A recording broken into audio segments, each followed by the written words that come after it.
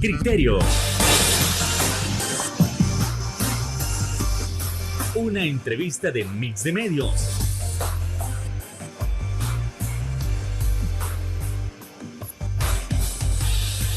Que aborda frontalmente los problemas de El Salvador con los verdaderos protagonistas y plantea soluciones.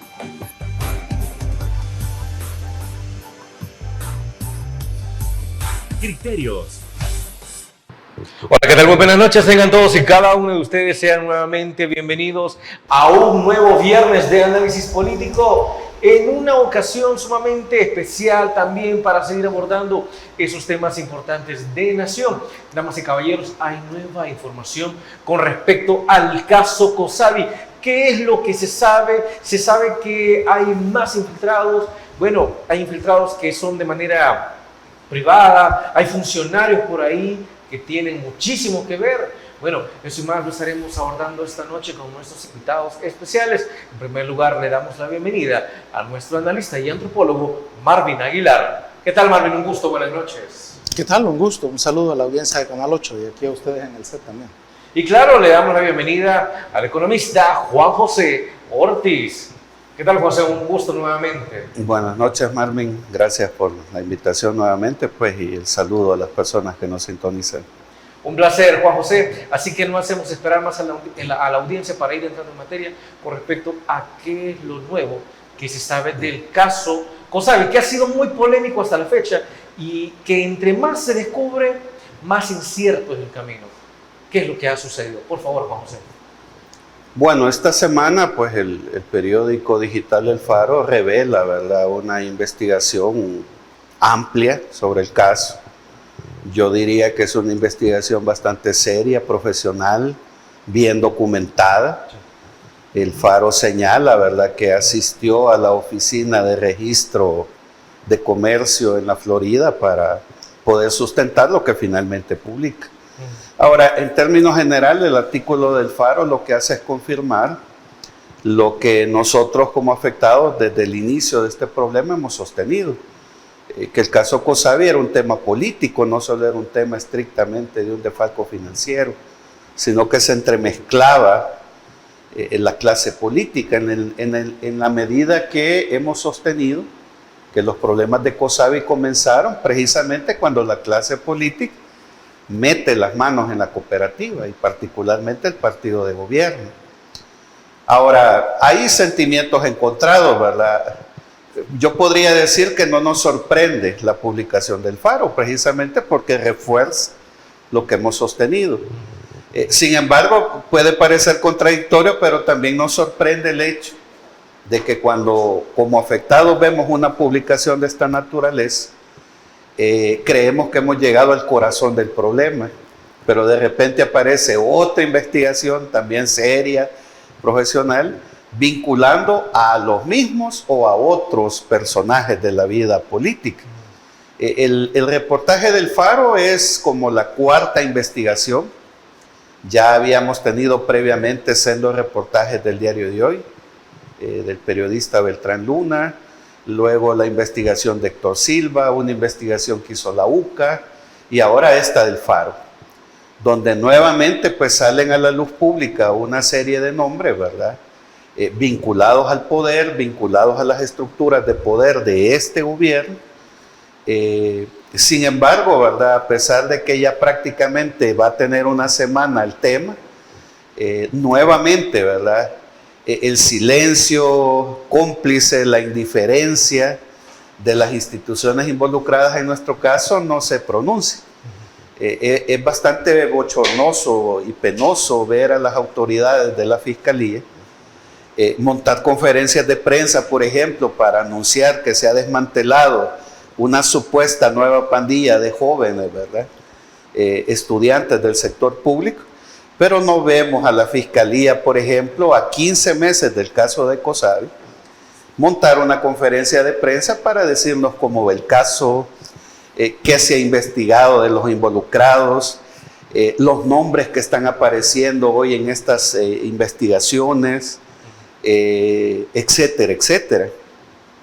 Entonces, aquí es importante quizás, Fernando, recordar, ¿verdad? Por ejemplo, el 9 de mayo de 2024, la Superintendencia y la Fiscalía dieron una conferencia de prensa. En ella el fiscal general de la República decía que habían 32 sospechosos del desfalco y se presentó públicamente a 16 detenidos. Y en esa conferencia él decía que a esos detenidos se les había confiscado propiedades de lujo por un monto de 13 millones de dólares. De esa declaración al día de hoy, nosotros nunca hemos tenido información de esos supuestos secuestros de propiedades de lujo. Cuando el Faro publica que Coto Barrientos, ¿verdad?, el gerente de COSAVI, ha comprado apartamentos de lujo en territorio norteamericano, llama poderosa la atención dos cosas. Primero, dice que esas compras se hicieron con una empresa de Coto Barrientos, Invercova, y que habla de 5 apartamentos de lujo. Y sin embargo, el reportaje del Faro dice que aún Coto Barrientos, ya siendo prófugo de la justicia, vendió un inmueble. Y la gran pregunta que queda aquí, ¿verdad? Probablemente el Faro va a sacar otra publicación, no lo sé. Pero el Faro dice, bueno, quedan 4 propiedades que están registradas en la oficina de registro de la Florida, ¿verdad? Parecido al CNR que El Salvador. Las propiedades siguen estando a nombre de Invercova. Invercova está intervenida. Los apartamentos aparecen en venta al día de hoy, según el registro de comercio de la Florida. Y entonces uno se pregunta, si Coto Barrientos era el dueño de Invercova, ya está muerto, ¿quién administra Invercova? O si Invercova está intervenida por la Fiscalía, por el juzgado especializado que ventila el caso, ¿cómo es que están a la venta estas propiedades, pues? ¿Quién las puso a la venta? ¿O quién las puso a la venta? Como te digo, al día de hoy, del 9 de mayo del 2024, que el fiscal dijo que se le habían confiscado a Coto Barrientos y a muchos de los imputados bienes de lujo por 13 millones de dólares, nosotros no conocemos la lista de esos bienes, quién los está administrando, si han pasado al CONAP, si siguen congelados, si la superintendencia los va a vender para pagarnos a los afectados. Y así como esa pregunta, hay una serie de interrogantes cuando uno empieza a ver nombres, ¿verdad? Como el del secretario privado de la presidencia, ¿verdad? Javier Argueta, su hermano. Asesor jurídico, perdón. Su hermano, que se volvió representante legal de COSAVI. Aparece el director de la OIE. O sea, aparecen una serie de nombres que, como te digo, ¿verdad? Uno podría pensar que esta investigación del Faro ya llegó al corazón del desfalco, pero parece ser que esta va a ser una tragedia inconclusa siempre, ¿verdad? Siempre van saliendo nuevas publicaciones que lo único que hacen es eso, confirmar lo que nosotros hemos sostenido, que la clase política y particularmente el partido de gobierno metió las manos en la cooperativa, y a 15 meses que se hizo público el desfalco, la Fiscalía nunca ha dado una conferencia de prensa para explicar el grado de avance, ¿verdad? Y entonces, como te digo, ¿cómo se explica que montan una conferencia, una gran payasada, para decir que se ha desmantelado una nueva pandilla de jóvenes, ¿verdad? Pero quizás uno de los casos de corrupción más grandes, que ha sido el caso COSAVI, nunca se ha dado una conferencia para decirnos si hay nuevos detenidos, si se va a investigar a estas personas que aparecen señaladas en estas publicaciones o no. Bueno, por esto, Juan José, nos vamos a ir a la primera pausa comercial. No nos cambie, regresamos aquí en Criterios.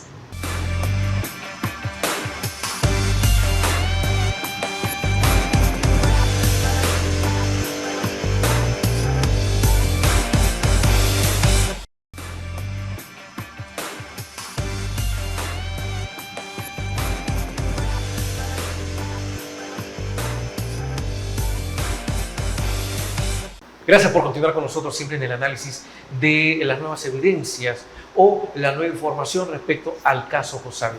Marvin Aguilar, ya Juan José estaba diciendo al final de su primera intervención sobre que las investigaciones arrojan ya nombres de funcionarios, entre ellos pues el asesor jurídico de presidencia, Javier Argueta, por ahí también aparece el nombre incluso de Carolina Recinos. El hecho de que estemos encontrando con estas investigaciones arrojen estos nombres, pone el caso como más delicado aún. Vamos a ver, esto tiene un nombre, se llama delitos de cuello blanco, ¿no? Y se le llama así porque hay funcionarios de alto nivel y por la cantidad en juego, ¿no? Entonces es un delito financiero, ¿no? Y hay otro elemento interesante, hay unos rasgos de psicopatía en esto que como antropólogos son altamente interesantes. Por ejemplo, lo que yo puedo entender es que Manuel Coto, ¿verdad?, hizo de Cosavi, mira, nunca mejor dicho, su coto de casa, ¿verdad? Es decir, era su reino, con tan mala suerte que hizo malas inversiones y empezó a tener, por los altos intereses que ofreció, deficiencias, ¿verdad?, a la hora de tener eso. Colocó mucho dinero en propiedades, porque también compra propiedades en El Salvador. Compró locales, comerciales, compró viviendas caras, que me imagino lo hacía con el objetivo de tener acceso a esas viviendas, vivir él ahí de seguro, que iban a ser como privilegios para los directivos de la cooperativa, que te pueden pagar la comida, te pueden pagar la vivienda, te pueden pagar el servicio doméstico, que es como ves que operan la élite del Salvador. O sea, los ricos del Salvador, los multimillonarios salvadoreños, sus empresas les pagan todas esas grandes viviendas, no son de ellos. Entonces me imagino que él quería emular a los CRIP, a los Poma, a los Calleja. igualarse a ellos. Correcto, pero usando un banco, pues, Cosavi. Además, Cosavi estaba en proceso de convertirse en banco, ¿verdad? También entiendo que... Y para que te puedas convertir en banco, necesitas vínculos en el gobierno para que te agilicen todos esos trámites. Así es como el psicópata se toma una institución financiera, hace dinero, hace inversiones, él ya sabe que el objetivo final es enriquecerse él, ¿verdad? El problema fue que le falló las inversiones. Empezó a tener problemas de falta de liquidez, de poder pagar a tiempo. No le fue bien en los negocios. Y no lo supo ver. Digamos de que la avaricia te puede cegar, ¿no? Bueno. La excesividad de confianza. Ahí es cuando él busca al gobierno, busca a los políticos. Porque, ¿y cómo le llegas a los políticos?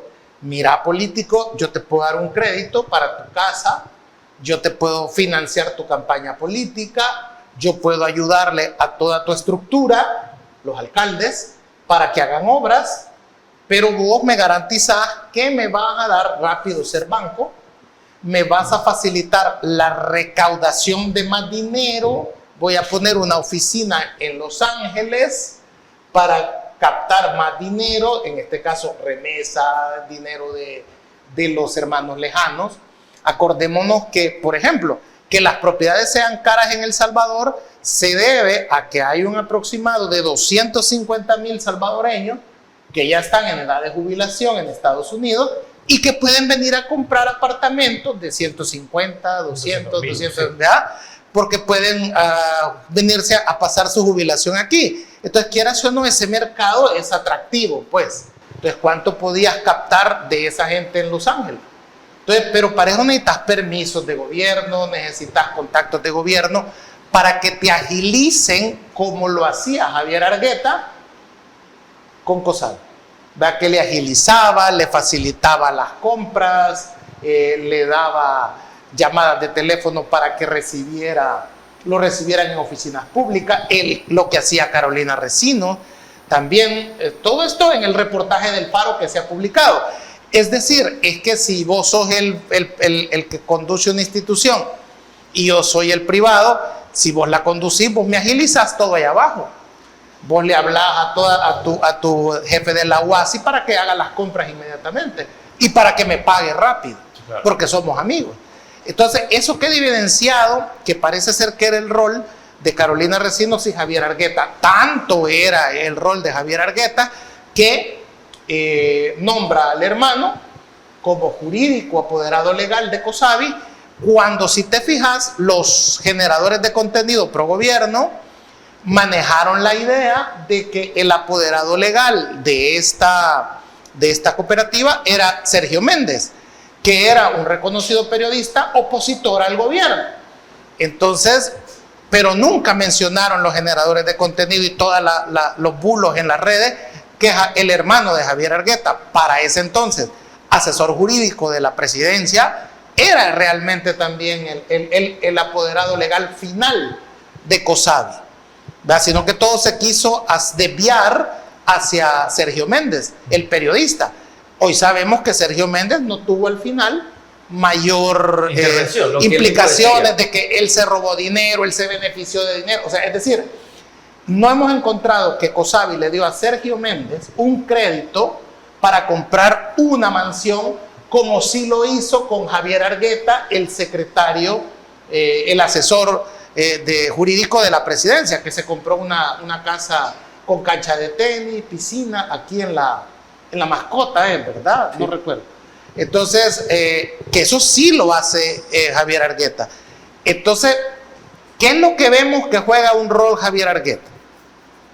De tráfico de influencias. Operador político.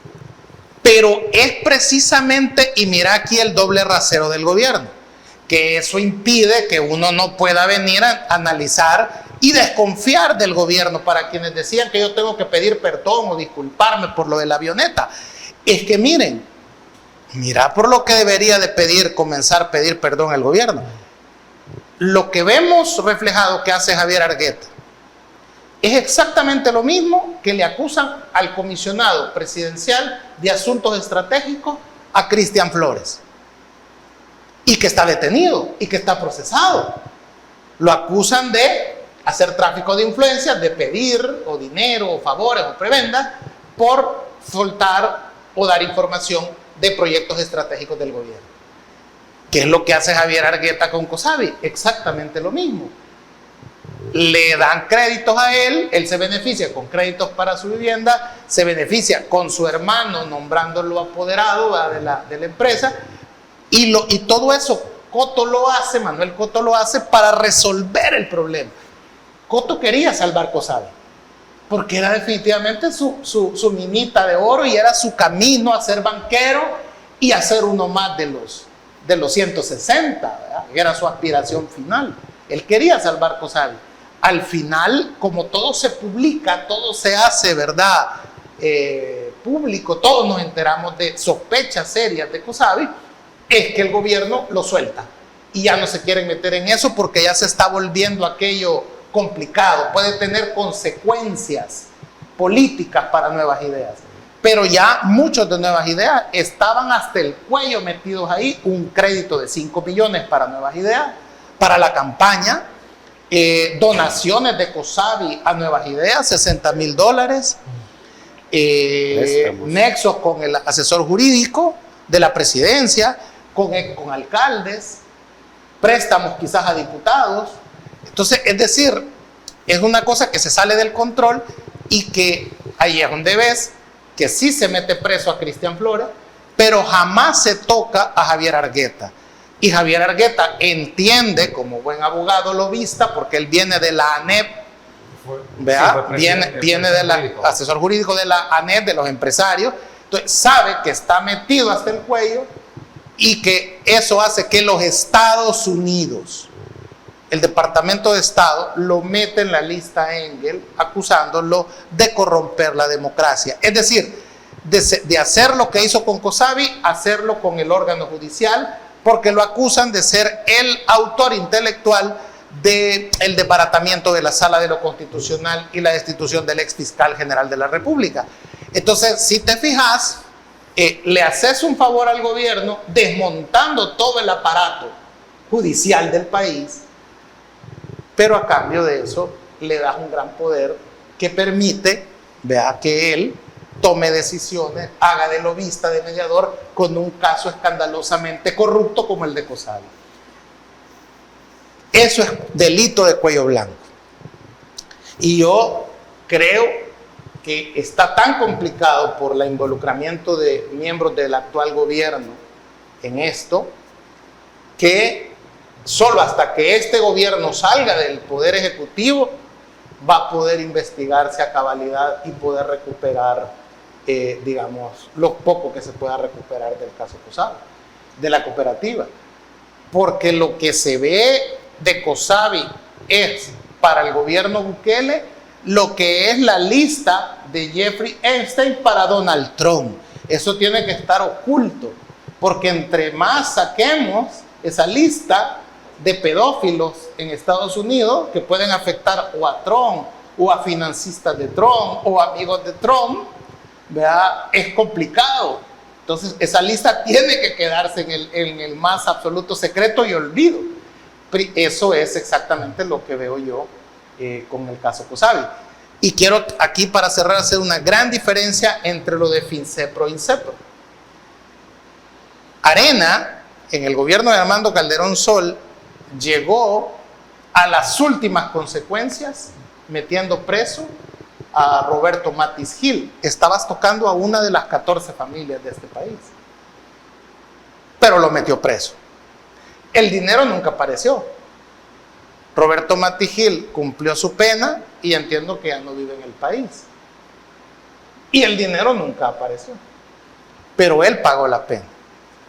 Aquí parece ser que para que Coto no hablara, había que bajar un helicóptero, porque no hay mayor explicación. O sea, la gente que está detenida, está claro que son empleados que siguieron órdenes de Coto, pero ahí el gran cerebro es Coto y está muerto. O sea, no va a haber ni siquiera como Arena, que metió preso a Matis Gil, y se ve difícil que aparezca el dinero por el manejo que están haciendo totalmente reservada la información en eso.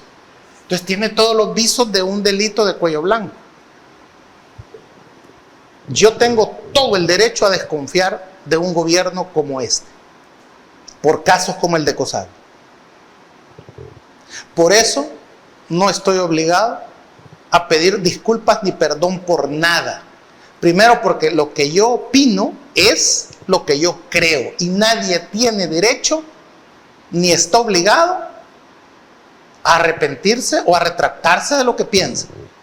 Frente a un gobierno mentiroso, manipulador, como lo que hemos visto en el caso COSABI, que mete preso a Cristian Flores pero deja libre a Javier Argueta, entonces vos no podés menos que desconfiar, y vamos a seguir desconfiando de este gobierno, porque ellos, contrario a lo que hace la militancia de Trump en Estados Unidos, que le exige que libere la lista de Jeffrey Epstein, la lista de pedófilos, aquí su militancia no le exige al gobierno transparencia, no le exige que quite esa reserva de la información que tiene 7 años, no le exige que, así como procesó a Cristian Flores, procese al expresidente del INAVE, procese a Javier Argueta, investigue al hermano de Javier Argueta y a los funcionarios que han hecho lobby con COSABI.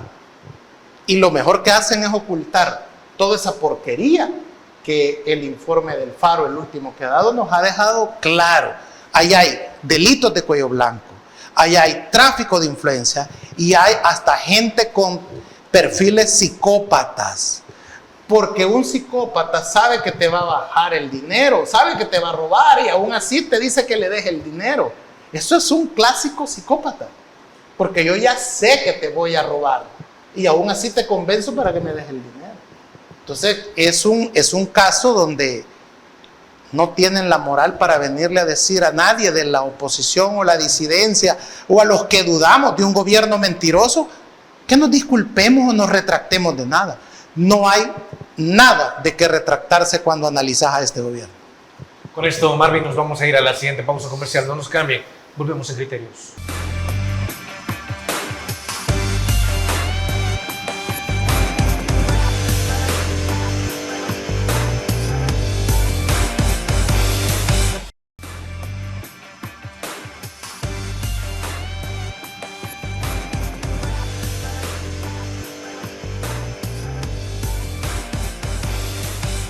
Gracias por continuar con nosotros en Criterios, donde seguimos abordando las nuevas pistas sobre el caso de COSABI. A ver, Juan José, así como decía Marvin Aguilar, ¿usted considera que al menos por un buen tiempo, o en tanto esté en la administración en turno, no se podrá saber nada más de este caso? Bueno, fíjate que quizás para darle respuesta a tu pregunta es valioso un preámbulo. Este día, precisamente, ¿verdad? Los afectados de COSAVI hicimos una concentración en la Superintendencia del Sistema Financiero, precisamente para denunciar y condenar públicamente a nivel nacional e internacional, ¿verdad? Todo el proceso que ha implicado el involucramiento de instituciones del Estado que están dándole seguimiento a nuestro caso y que guardan un total hermetismo y silencio. Claro. Ante eso, pues nosotros hemos dicho públicamente, ¿verdad?, que nos hemos visto obligados a elevar la voz a nivel internacional. Precisamente a mediados de junio, una delegación de afectados viajó a Washington, fue recibido por el congresista McGovern, particularmente por su equipo de asesores, ¿verdad? Lastimosamente el congresista no pudo estar con nosotros porque, para mala suerte de los afectados, pues ese día sucedió algo inédito en los Estados Unidos. Un congresista de California sacado de una conferencia de prensa, tirado al suelo, amarrado como que era un delincuente, como que era un inmigrante, y lamentablemente pues el congresista se tuvo que disculpar, tenía que atender esa situación, pero su equipo de asesores, ¿verdad?, y su equipo de acompañamiento técnico político recibió a los afectados. Fíjate que el reportaje del Faro revela cosas que vamos a hacerle llegar al congresista. Se han comprado propiedades en territorio norteamericano con dinero que se supone está siendo investigado por lavado.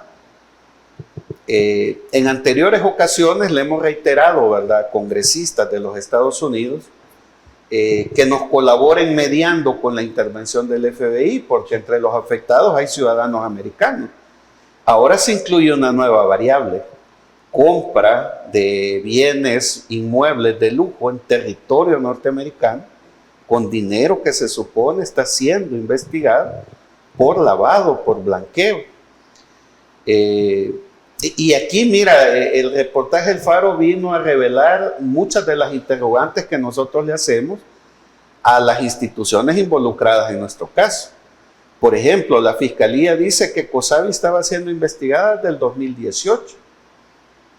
El reportaje del Faro publica que estas compras se hicieron entre el 2020 y el 2024. Si COSAVI estaba siendo investigada desde el 2018 por la Fiscalía, ¿cómo es que la Fiscalía no detectó nada de estas transacciones que Coto Barrientos hizo? Como dice Marvin, ¿cómo se detienen a empleados o algunos funcionarios de menor jerarquía, pero en la lista de sospechosos, por ejemplo, no aparece la esposa de Sergio Méndez, que era la presidenta de la Junta de Vigilancia, que como su nombre lo dice, es la responsable de vigilarte a ti, que eres el gerente, el presidente de la cooperativa, de que las decisiones que estás tomando están apegadas a derecho y para beneficio de los asociados. Que entiendo que en ese entonces, 2018, todavía era fiscal, se me va el nombre, Melar. Raúl Melar, sí, todavía era. Sí, aquí no vamos a exonerar a nadie. Yo lo que he señalado es que la Fiscalía, el fiscal actual dijo el 9 de mayo, estamos investigando a COSAVI desde el 2018. Si bien él no era el fiscal titular, ahí trabajaba. Y de hecho él era el responsable de una unidad de investigación de lavado de dinero y narcotráfico ahí en la Fiscalía. Hoy es el titular. Entonces han pasado 7 años. Coto Barrientos, como dice el Faro, hace la compra de estos bienes de lujo, ¿verdad? ¿Y cómo es que la Fiscalía no da una conferencia de prensa para decir si los bienes que incautaron el 9 de mayo por $13 millones incluyen estas propiedades o no? Lo más seguro es que no, porque las propiedades aparecen en venta. Es posible que el CONAF o la Fiscalía, que es la que las esté vendiendo. Lo que debería de aclarar es si es el CONAF el que las ha puesto ahora. Ahora, también uno cuestiona la superintendencia. La superintendencia desde el 2020 empezó a revisar la documentación de COSAVI para convertirse en banco. Y tampoco detectó Y nada. tampoco detectó estas compras. Lo que sucede es esto, mira, para eso es el vínculo político. O sea, vos sos el político, yo soy el banquero y te digo, mira, espérame, haceme tiempo, yo voy a resolver eso. El dinero ahí está, mira, son propiedades, las vamos a vender y lo vamos a recuperar. No hagas bulla, no me mandes a la superintendencia, no me mandes a la fiscalía. Te voy a dar 5 millones para el partido, en préstamos para que puedas hacer la campaña. Sí. Ahora, esto que dice Marvin es lo que nos ha llevado a concluir. La política. El reportaje del Faro, con lo que Marvin está señalando, nos ha llevado a concluir que ahora tiene sentido, ¿verdad? Porque todas las instituciones de gobierno involucradas en el caso le pidieron al juez que decrete reserva de información por 7 años. ¿Cuál era el interés de guardar en reserva una información de un caso de un ente privado? Probablemente que no salieran a la luz pública los nombres de las personas que ahora el Faro, ¿verdad? Publicaciones que la UCA hizo, que el Diario de Hoy ha hecho, involucrando a otros funcionarios. Bueno, es que mira, es increíble el sentido común. El diputado William Soriano decía, devuélvanle el dinero a los afectados, pero liquiden esa cooperativa. Eso lo dijo hace 15 meses. ¿Por qué liquidar la cooperativa? Buena pregunta. Podría ser una vía. Yo le haría 3 preguntas a él. ¿Por qué a 15 meses de que dijo eso ahora no dice absolutamente nada? ¿Por qué a 15 meses de lo que dijo ahora no se pronuncia? ¿Por qué aparecen alcaldes, instituciones de gobierno, funcionarios de gobierno involucrados? Entonces, el silencio ha sido la gran política pública en el caso COSADE. Ni la Fiscalía, ni el INSAFOCOP, ni la Superintendencia, ni el Juzgado Especializado, ni Casa Presidencial, ni la Asamblea Legislativa, es decir, todo el aparato de Estado ha institucionalizado el silencio cómplice, ¿verdad? So pretexto de una reserva de información, que a lo mejor, ¿verdad? Yo siempre lo he sostenido, la intervención de la Superintendencia en COSABI no tiene por objeto resolvernos el problema. Esa es una intervención ilegal, arbitraria y abusiva que tiene por objeto ir a borrar vestigios de lo que hoy el Faro publica, que la clase política metió las manos en la cooperativa y la reserva de información hoy queda más que clara que obedece a un intento desesperado de que esta información no salga a la luz pública. Ahora, ha sido interesante porque yo siempre he insistido que sin el acompañamiento del periodismo investigativo, del periodismo profesional, de los medios de comunicación, este caso ya estuviera en el olvido. Precisamente esta semana, ¿verdad? Muchos medios de comunicación digitales, generadores de contenido, en solidaridad con nuestro caso, han hecho un plantón digital toda la semana. Evento que termina precisamente con nuestra protesta esta mañana en la superintendencia, porque ya tenemos nuevamente más de 2 meses que el proceso de anuncios de devolución del dinero se detuvo, con un agravante. Las Naciones Unidas declara el 2025 Año Internacional del Cooperativismo.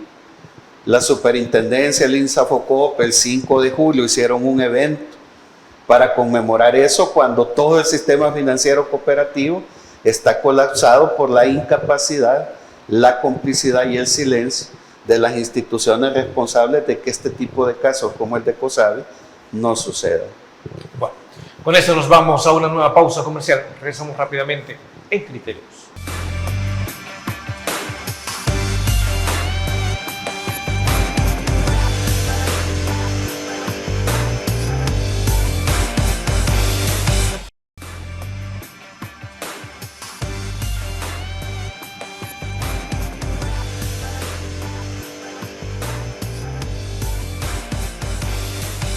Damas y caballeros, otra de las noticias calientitas en esta semana: Cristosal ha cesado sus funciones en El Salvador. Y aquí siempre tenemos múltiples criterios. Aquellos que dicen de que mire, esto es gracias a Dios, se van a ir, jamás ayudaron al pueblo en nada. O también dicen, bueno, esto es un triunfo para el gobierno porque la ONG no ayudaba en nada.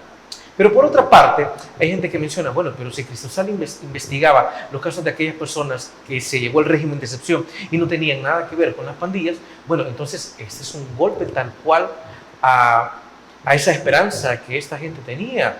¿Es bueno, es malo, positivo o negativo? Por favor, Marvin. Bueno, yo creo que aquí tenemos que analizar si esto no es el inicio de varias ONGs que van a comenzar a irse del país o a mejor ya no operar, porque creen que El Salvador va en una deriva muy similar a la de Nicaragua. Hay gente que dice no necesitamos la intervención extranjera, no tienen que venir, si nos van a ayudar y nos van a dar directrices de cómo manejar el país, váyanse. Esa es una visión simplista de las cosas, porque la comunidad internacional entiende que somos un país pobre y entiende que la mayoría de salvadoreños es pobre. Entonces nos ven como limosneros con garrote, de que dame la ayuda pero no me digas qué tengo que hacer.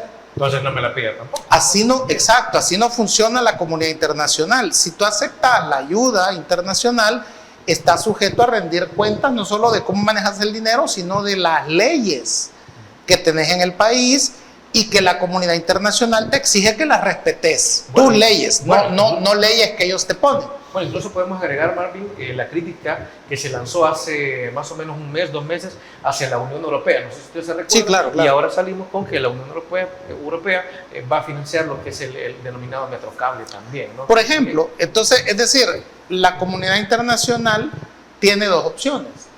Digamos, lo de Nicaragua, que es que se van, la Unión Europea se ha ido de Nicaragua, y la otra opción es seguir colaborando con el gobierno Bukele para de esa manera tener influencia en caso de que la situación política interna se complique más. Sí. Entonces digamos que a diferencia con Ortega, lo que han optado el primer mundo en el tema de cooperación es quedarse hasta en la medida que se pueda, ¿verdad?, para poder tener influencia y mediar si esta situación se llega a polarizar más, por ejemplo, ¿no? Porque irse para la comunidad internacional implica dejar botada a todas las voces disidentes en El Salvador, que puedan irse presas, que puedan seguir muriendo en las cárceles, es decir, es una cosa complicada. Y obviamente hasta Naciones Unidas le ha hecho ya observaciones al presidente de la República donde le dice de que debe de evitar las desapariciones forzadas momentáneas, que debe de garantizar el debido proceso, porque esos son delitos internacionales que van a ser perseguidos tarde o temprano. Quien haya violado esas garantías que El Salvador ha reconocido en Naciones Unidas, que ha firmado, que son leyes en El Salvador. Sí, claro.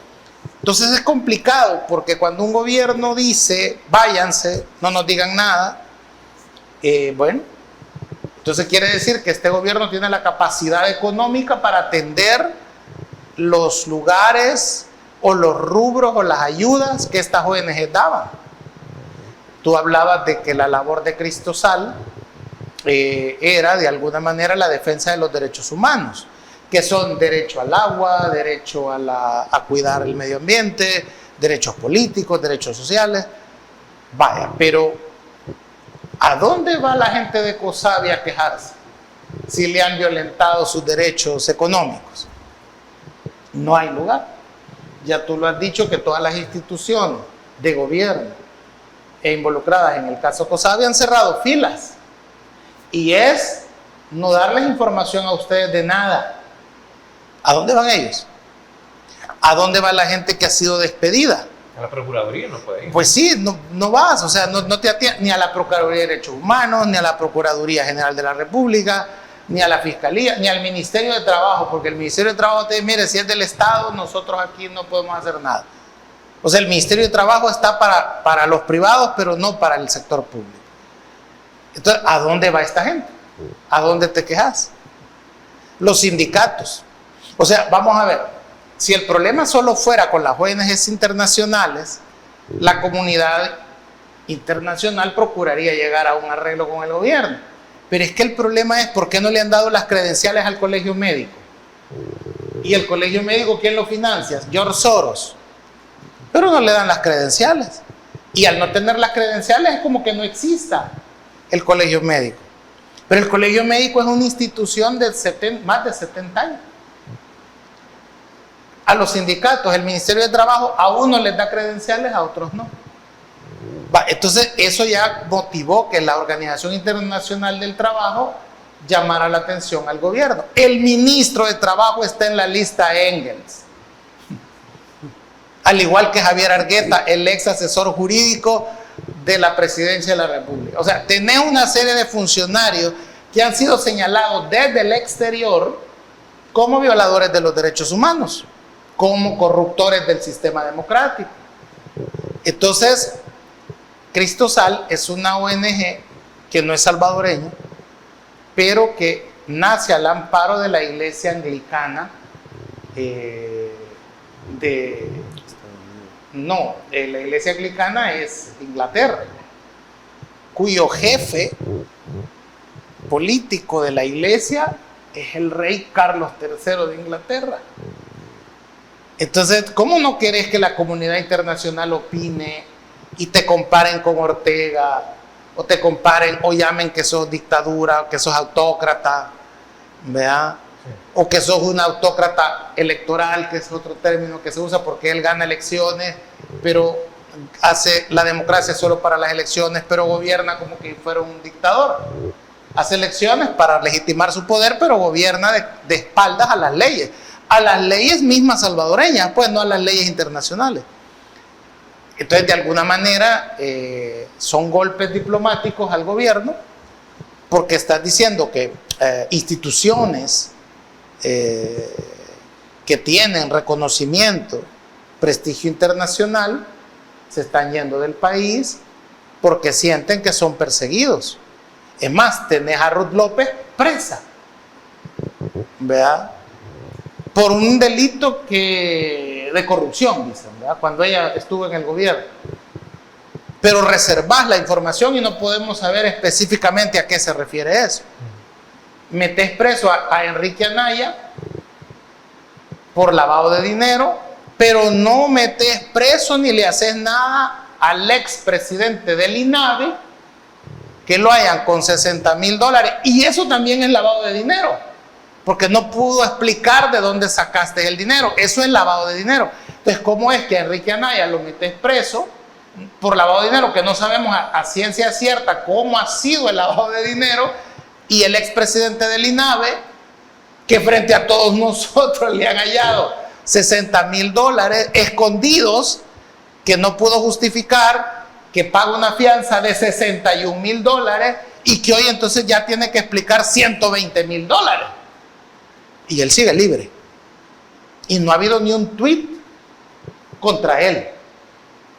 Porque además es el secretario departamental del partido de gobierno en la Unión, en el departamento de la Unión. No lo van a tocar. No, por eso, pero ¿y entonces? Entonces, aunque los seguidores... Así es, y lo más grave, aunque los seguidores del gobierno aquí digan que hay democracia, que no se persigue a nadie, aunque los generadores de contenido se desgalíen insultándonos, la comunidad internacional, que no es ignorante, que están meridianamente informados de lo que pasa, ven que aquí a unos los metes presos, a otros no, aunque las pruebas sean evidentes. El caso escandaloso de COSAVI, que es delitos de cuello blanco, ahí no has tocado a nadie. ¿A quién tienen preso? A la gente que de seguro seguía órdenes. Tienen presa a una señora de San Miguel de 80 años, sí, que su único delito es ser la dueña del local donde COSAVI tenía su sede en San Miguel y que les alquilaba. Fíjate. Pero por estar alquilando COSAVI. Sí, porque la asocian, ¿verdad? De que quizás ella se ha beneficiado por ese alquiler, qué sé yo, ¿no? Entonces, pero tenés a Javier Argueta, a su hermano, que era el apoderado legal, libres. A pesar de que han sido señalados por el Departamento de Estado de los Estados Unidos, nuestro gran aliado, como corruptores de la democracia. Entonces, eso es lo que es complicado, y que las ONGs y que el gobierno le es bien difícil explicar en el exterior de que aquí no haya condiciones para poder trabajar en un área donde en el mundo existen siempre ONGs para ayudar en diferentes temas, que son los que hacen ciencia social, las investigaciones, por ejemplo. ¿Por qué podemos saber que el departamento de Cabañas, la imagen del presidente es la peor imagen que hay en los departamentos? Porque la ha hecho una ONG que se llama Facultad Multidisciplinaria de Occidente, o sea, la filial de la UES en Santa Ana, en Occidente. Y por eso la podemos saber. Pero ¿y si no lo hacen ellos? Vamos a seguir creyendo que el 97% está de acuerdo con eso. Entonces, para eso existen las ONGs, para eso existen los intelectuales, para eso existen los académicos, para que digamos los hechos alternativos a la versión oficial del gobierno.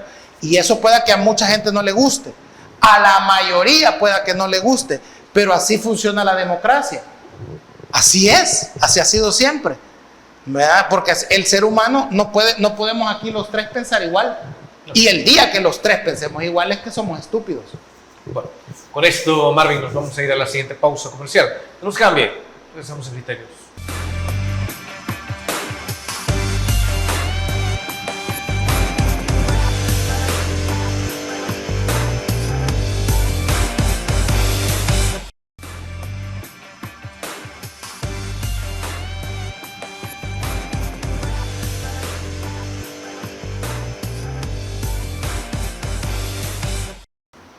Amigos televidentes, se nos ha terminado el tiempo del programa. No nos vamos sin agradecerles a nuestros invitados, a Marvin Aguilar. Ha sido un placer, como siempre.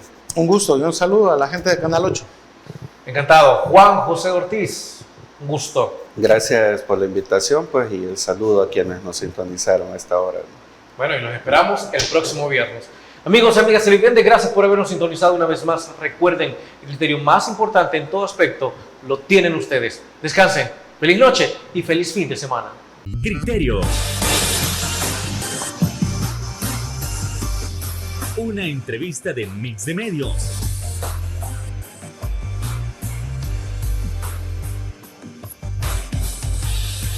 Que aborda frontalmente los problemas de El Salvador con los verdaderos protagonistas y plantea soluciones.